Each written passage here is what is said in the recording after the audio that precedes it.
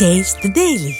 செங்கல்பட்டு மாவட்டம் மேல்மருவத்தூர் அருகே தேர்தல் வாக்குப்பதிவு செய்து ஜனநாயக கடமையாற்றிய வாக்காளர்களுக்கு தள்ளுபடி விலையில் பிரியாணி வழங்கி உற்சாகப்படுத்தப்பட்டுள்ளது. இந்த புதுவித முயற்சி எவ்வித தாக்கத்தை ஏற்படுத்தியுள்ளது என்பதை இந்த செய்தி தொகுப்பில் பார்ப்போம்.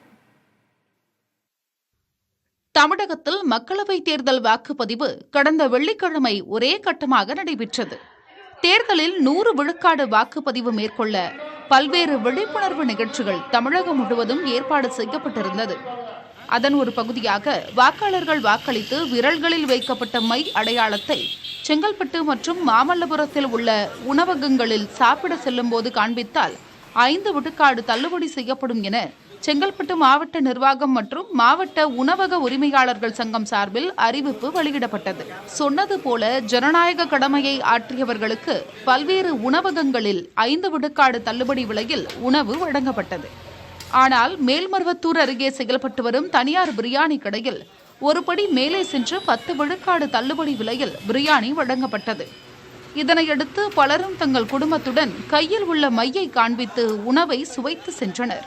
மாவட்ட நிர்வாகம் சார்பில் பல்வேறு முயற்சிகள் எடுக்கப்பட்டும் வாக்கு விழுக்காடு பெரிய அளவில் உயரவில்லை என்பதே கள நிலவரம். முயற்சி எடுத்திருக்கோம், அரசாங்கமே எடுத்தது. தனிப்பட்ட முறையில் என்ன மாதிரி நிறைய பேரும் ஓட்டு போடணும்னு சொல்லி முயற்சி எடுத்தாங்க. ஆனா அந்த முயற்சியில 72% தான் ஓட்டு பதிவாயிருக்கு. இது ரொம்பவே நமக்கு என்ன சொல்றது, மன வருத்தமா இருக்கு.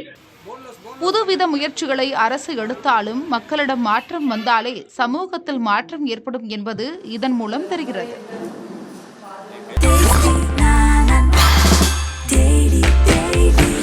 Taste the Daily.